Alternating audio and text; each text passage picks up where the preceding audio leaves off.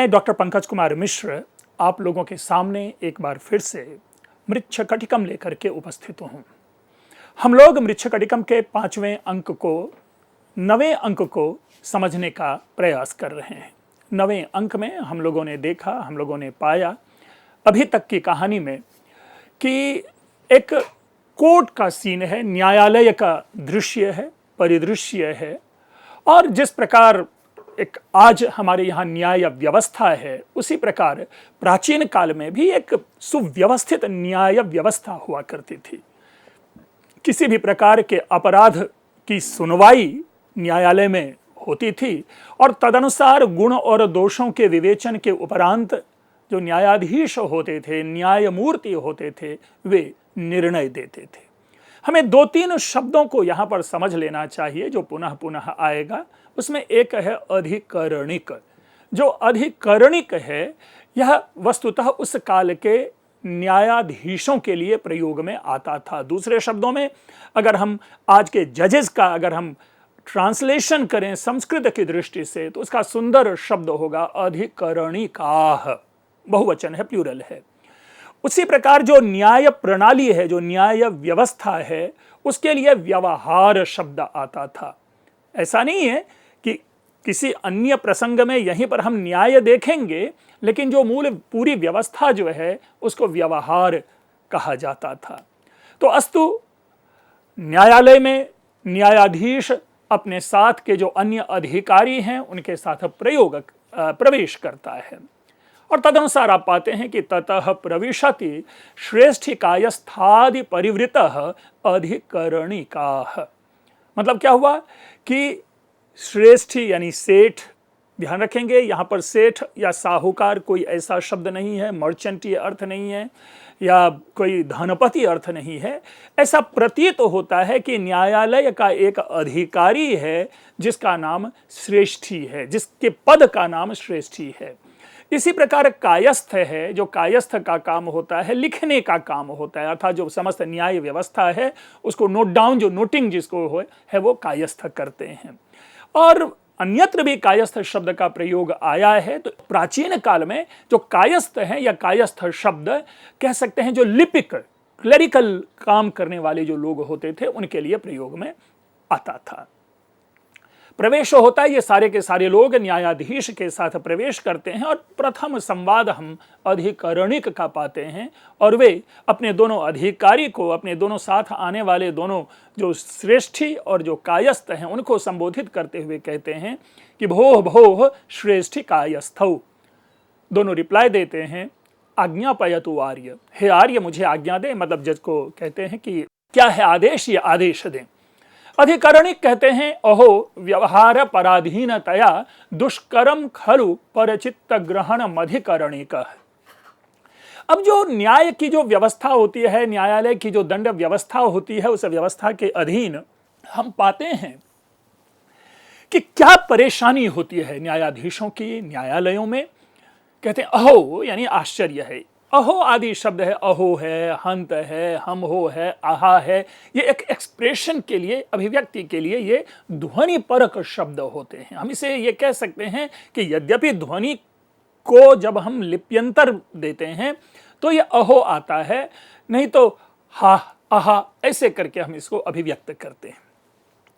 व्यवहार पराधीनतया दुष्करम खलु परचित्त ग्रहणम अधिकरणिकः।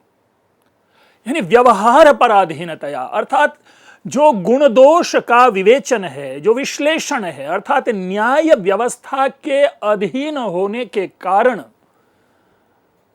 परचित्त ग्रहणम दुष्करम अधिकरणिकः। जो अधिकरणिक होते हैं वे जो परचित्त ग्रहण क्या, पक्ष और प्रतिपक्ष, वादी और प्रतिवादी, इनके मन में क्या बात चल रही है, इनको जान पाना न्यायालयों में न्यायाधीश के लिए अत्यंत कठिन कार्य है। क्यों? क्योंकि जो न्यायाधीश होते हैं वो फोकस्ड होते हैं। जो नियम है, जो विधि व्यवस्था है, जो सिद्धांत है, उन्हीं के ऊपर उनको आचरण करना होता है। अपना हृदय, अपनी भावना, अपनी ढंग से विवेचन करना वो नहीं कर सकते। तो इसीलिए यहां पर है कि न्यायाधीश के लिए निर्णय देना कितना कठिन कार्य है। इतना कठिन कार्य है कि यह जानते हुए कि मान लेते हैं कि सामने वाला जो व्यक्ति है वो झूठ बोल रहा होगा या सत्य बोल रहा होगा, उनके उस व्यवहार से प्रकट आता है, हो रहा होगा, लेकिन न्यायाधीश जो होते हैं उन व्यवहार को कंसिडरेशन में नहीं लेते। कंसिडरेशन में तो यही जाएगा कि सुनवाई के क्षण में जो गुण दोष का विश्लेषण निकल कर आ रहा है। तो इसीलिए न्यायाधीशों के लिए न्याय व्यवस्था, वादी प्रतिवादी, इनके चित्त को समझ पाना अत्यंत कठिन है। एक प्रकार से हम कह सकते हैं कि एक यूनिवर्सल ट्रूथ है, एक ये सार्वजनीन सत्य है जिसको हमारे सामने यहां पर प्रकट किया गया। अपिच और भी छन्नम कार्यमुपक्षिपन्ति पुरुषा न्यायेन दूरीकृतम स्वान दोषान कथयन्ति नाधिकरणे रागाभिभूता स्वयं तैः पक्ष परपक्षवधित बलैर्दोषैर्नृपः स्पृश्यते संक्षेपादपवाद एव सुलभो द्रष्टुर्गुणो दूरतः। अपनी एक तरह से कह सकते हैं कि भीतर की जो भावना है, आम शब्दों में जिसे हम भड़ास कहते हैं, ये जो टाइप ऑफ जो फ्रस्ट्रेशन होता है व्यक्ति का, वो न्यायाधीश यहां पर अपने पक्ष में वो अभिव्यक्त कर रहे हैं। कहते हैं कि देखो कि छन्नम कार्यमुपक्षिपन्ति पुरुषाः न्यायेन दूरीकृतम, यानी जो न्याय से दूर है, गुण दोष आदि से दूर है, न्याय विरहित जो कार्य है, वो भी कार्य क्या, छन्नम कार्यम, हिडन, क्या सत्य है, क्या असत्य है, क्या गुण है, क्या दोष है, क्या सही है, क्या गलत है, इन सारी विवेचना से दूर जो पुरुष हैं वो उपक्षिपन्ति, उपस्थापयन्ति, अर्थात न्यायालय में प्रस्तुत करते हैं। ठीक है, पहली बात बड़ी अच्छी है कि जिनको आरोप लगाना है, जिनको अभियोग दायर करना है, वे आते हैं, सत्य क्या है, असत्य क्या है, इनको छिपा करके और वो हमारे सामने प्रेजेंट करते हैं। बहुत बढ़िया। स्वान दोषान कथयन्ति नाधिकरणे रागाभिभूता, कहते हैं रागाभिभूता, अर्थात उस राग के, मोह के, वेल कह सकते हैं कि उसके अभिभूत हुए ऐसे जो पुरुष होते हैं, स्वान दोषान, अपने दोषों को नाधिकरणे कथयन्ति, अधिकरण के सामने प्रस्तुत नहीं करते। ठीक है ना, अर्थात दूसरे शब्दों में कि जो भी व्यक्ति अभियोग लगा रहा है या जो भी व्यक्ति अपना पक्ष प्रस्तुत कर रहा है, वे अपने दोषों को न्यायाधीश के सामने नहीं रखते। यह भी एक देखिए, इसीलिए परचित्त ग्रहण जो है वो आ रहा है। तैः पक्षा परपक्ष बधित बलैर दोषैर नृपः स्पृश्यते, और कहते हैं कि पक्ष अपर पक्ष इसके अधीन रहते हुए वे नृपः दोषैः स्पृश्यते, ऐसे लोगों के द्वारा राजा को दोष के अधीन किया जाता है। यानी दूसरे शब्दों में अपने दोष को छिपा करके शासन के ऊपर में हम दोष डालते हैं कि भाई देखो राजा ऐसा है, राजा ऐसा कर रहा, राजा वैसा कर रहा है। यह सत्य है। इसी पर निष्कर्ष देते हुए न्यायाधीश अधिकरणिक कहते हैं कि संक्षेपात, भाई इन जिस्ट, इन नटसेल, भाई स्पष्टतः सार रूप में यही कह रहा हूं मैं कि अपवाद है एव सुलभः द्रष्टुर्गुणः, मतलब केवल जो है इस प्रकार के अपवाद, इस प्रकार की बातें ही जो न्यायाधीश है, जो अधिकरणिक है, उनके सामने आते हैं। गुण वाली बात जो है वो न्यायालय में न्यायाधीश के सामने निकल कर आते ही नहीं है। और यही कारण है कि न्यायाधीश लोगों को परेशानी होती है परचित्त ग्रहण करने में। जो पीछे बातें कही गई, उन्हीं बातों को एक तरह से रिपीटेड वे में, शब्दावली भी उसी प्रकार से निर्मित है, शार्दूल विक्रीडित छंद में बंधा हुआ है। एकाध शब्द के उलट फेर से अर्थ को दूसरे ढंग से यहां पे प्रस्तुत किया जा रहा है। जैसे पहली पंक्ति जो है, पहली पंक्ति एज इट इज है, दूसरी पंक्ति में भी केवल एक शब्द या दो शब्द बदल करके भाव बदल दिए गए, और तीसरे में भी थोड़ा सा परिवर्तन करके भाव बदले हुए हैं। अन्यथा दोनों पद्य अ टाइप ऑफ रिपीटेशन है। जैसे उदाहरण के लिए छन्नम दोषम उदाहरन्ति कुपिता। यहां पर उदाहरन्ति है, वहां पर उत्क्षिपन्ति है। अगर दोनों का हम अर्थ ले तो एक ही अर्थ है, उपस्थापयन्ति, अर्थात हमारे सामने प्रस्तुत करते हैं। जो कुपिता है यहां पर क्रुद्ध, वहां पर पुरुषार्थ था कि क्रुद्ध लोग क्या करते हैं, ऐसे दोषों को छिपा करके और न्याय रहित दोषों को वो न्यायालय में, कोर्ट में प्रेजेंट करते हैं। अपने दोषों को जज को नहीं सुनाते, संतोपि निष्ठा ध्रुवम, यानी उसमें दोष होने पर भी वह अपने दोषों को प्रकट नहीं करते। और ये परपक्ष ये पक्षा परपक्ष दोष सहिता पापानि संकुर्वते, और ऐसे लोग, ऐसे पुरुष, ऐसे व्यक्ति जिनके पक्ष और प्रतिपक्ष में दोष होते हैं, इस प्रकार वो दोष को कोर्ट में ना रख करके वो पाप कर रहे होते हैं। संक्षेप में यही कह सकता हूं कि इस प्रकार की केवल न्यायालयों को अपवाद यानी निंदा ही सुलभ होता है, कभी न्यायिकों की, न्यायाधीशों की, अधिकरणिकों की कभी भी प्रशंसा नहीं होती।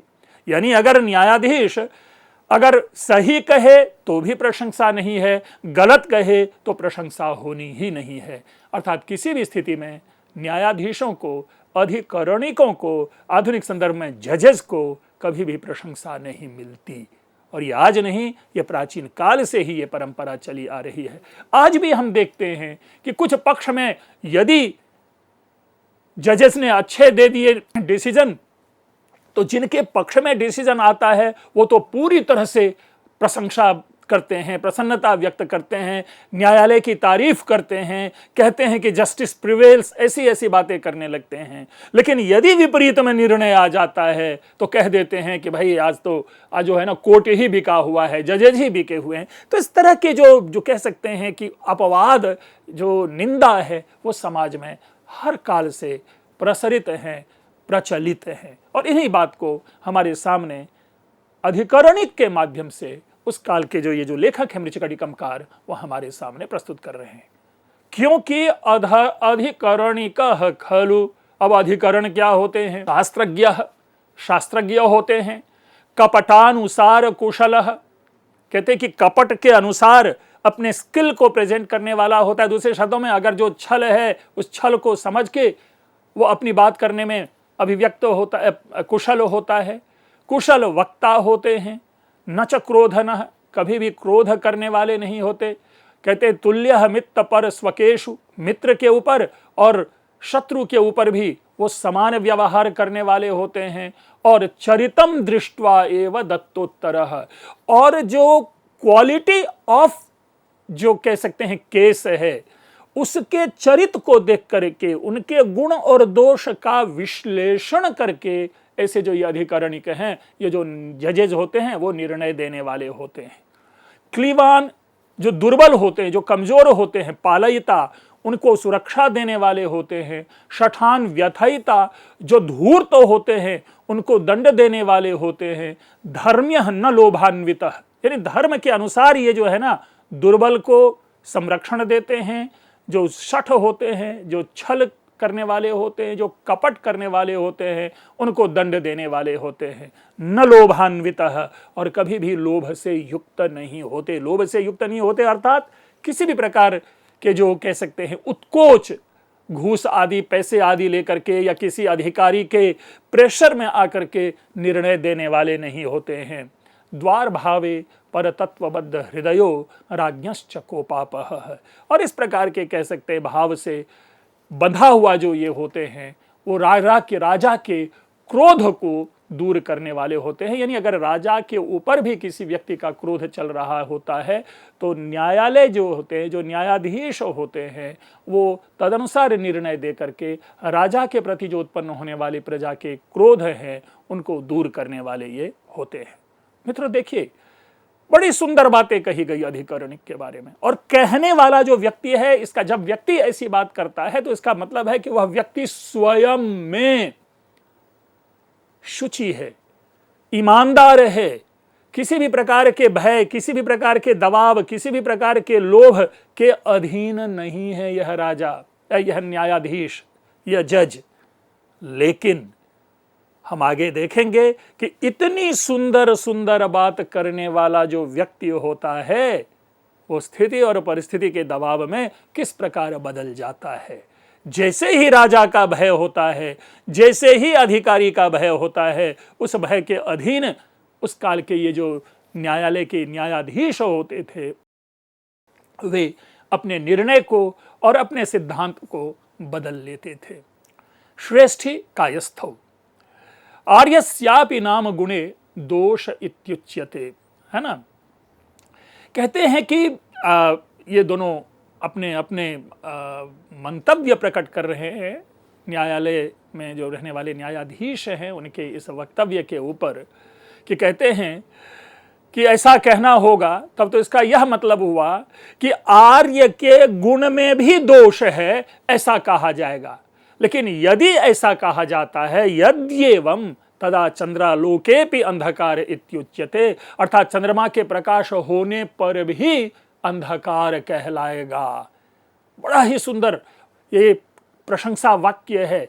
उस अधिकरणिक की बहुत ही सुंदर प्रशंसा है कि सर आप स्पॉटलेस हैं।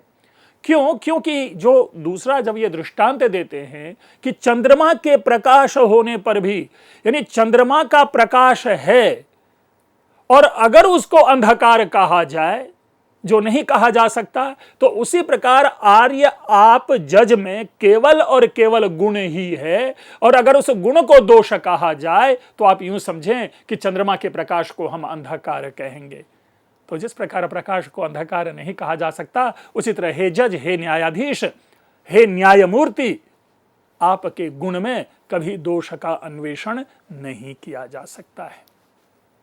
अधिकरणिक कहता है, ठीक है भद्रशोधनक, अधिकरण मंडपस्य मार्गम आदेश है। ये जो अधिकरण मंडप, अधिकरण का अर्थ क्या हम लोगों ने लिया? न्याय।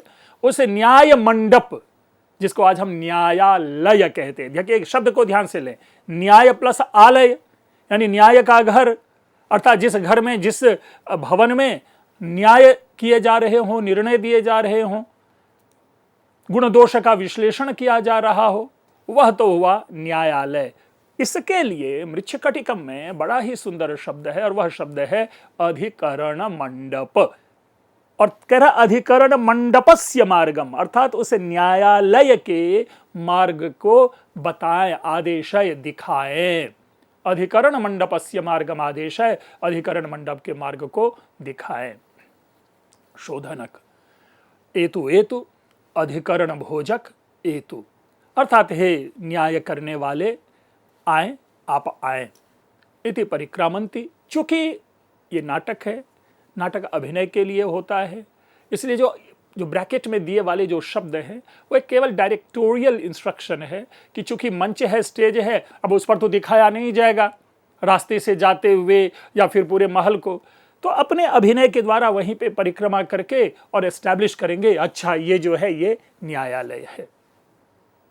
शोधनक कहता है कि अयम अधिकरण मंडप, यह जो है ये अधिकरण मंडप है, न्यायालय है, न्याय गृह है।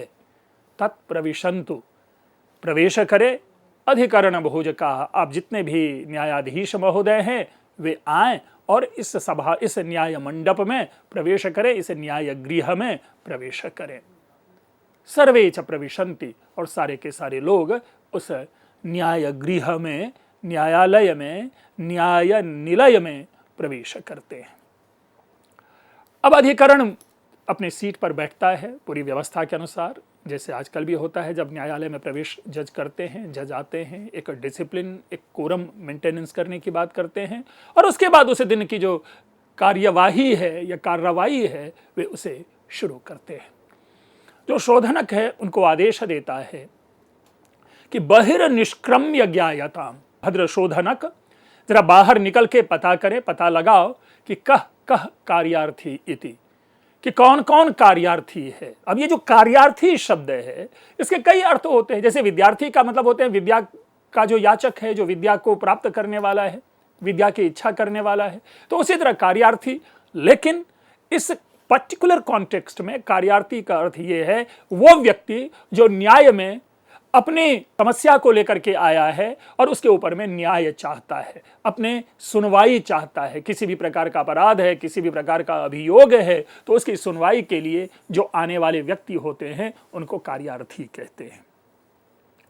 शोधनक अकॉर्डिंगली आता है और पहले तो डिसिप्लिन में, एक प्रोटोकॉल में उनको सैल्यूट करके कि जैसी आपकी इच्छा, जो आप आदेश देते हैं मैं कर रहा हूं, वो बाहर निकलता है न्याय निलय से और आवाज लगाता है। आज भी आवाज लगाने वाले हैं होते हैं, कोई है, कौन है, किसी का नाम लेकर के पुकारा जाता है, फिर वो वहां पे उपस्थित होते हैं तो कहते हैं आर्याह, अर्थात जो भी वहां उपस्थित लोग हैं उनको संबोधन करने के लिए आर्याह शब्द का प्रयोग कर रहे हैं।